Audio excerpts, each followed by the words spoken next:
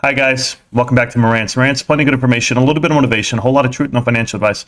Let's say one take session on you and what you should do starting tomorrow. You know, tomorrow the stock market's open. A lot of people are looking into the things that they should buy into. And I'm going to tell you something. Rather than looking for what you should buy into, look for what you should avoid. That's just me. That's what I've been doing for a long time. The things that I don't buy are the reason why I can become successful or create wealth over time. Now, am I smarter than the next guy? No.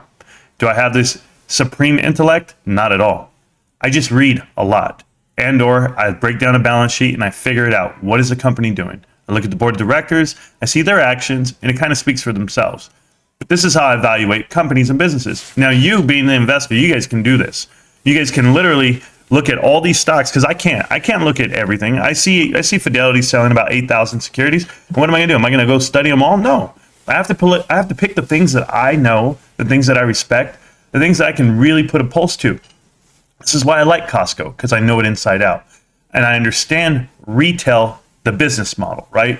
But as far as GameStop, same sector. So I love it. I love whatever's coming across my desk. But you guys might be experts in lumber, oil, gas, automotive. Just depends on you. Real estate.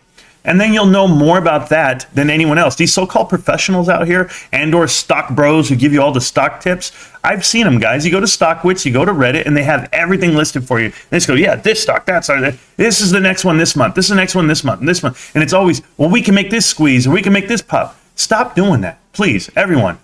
When you get back to this market tomorrow, try looking up a company that you want to invest in. And then when you look them up, break them down systematically. Dig deep, guys. And when you dig deep, you might find everything you need to find out about that company. But if you need to be saved, there's a problem. If you're avoiding short sellers and the balance sheet looks terrible and there's mounds of debt upon you and there's no real product line, that's a problem. But I ask you, are you afraid to lose something that you never had?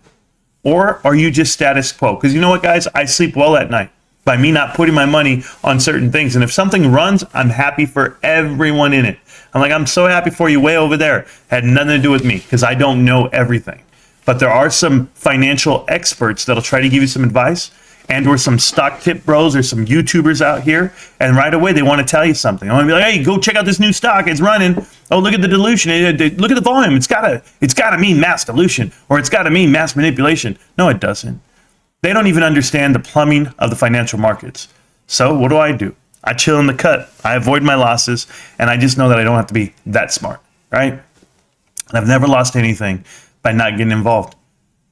Nothing at all. So loss aversion is something we don't have to avoid here, guys. Just know that if you're fearless and yet you're somewhat educated and level-headed, you might make it. Enjoy your fourth, guys. Coming up tomorrow, I will be live in the morning. We're going to follow a couple of stocks that I love, and then we'll dig deep into everything else we have going on for the day. But I appreciate you guys. Oh, one last thing, guys, before I even leave. You know, I always tell you the macroeconomic situation, then that's just government, politics, news, whatever's going to rock your boat. People are going to try to guess whatever the SEC is doing, and however they're not enforcing the laws, or what the Fed's going to do coming up in these next two sessions. And I'm going to tell you something.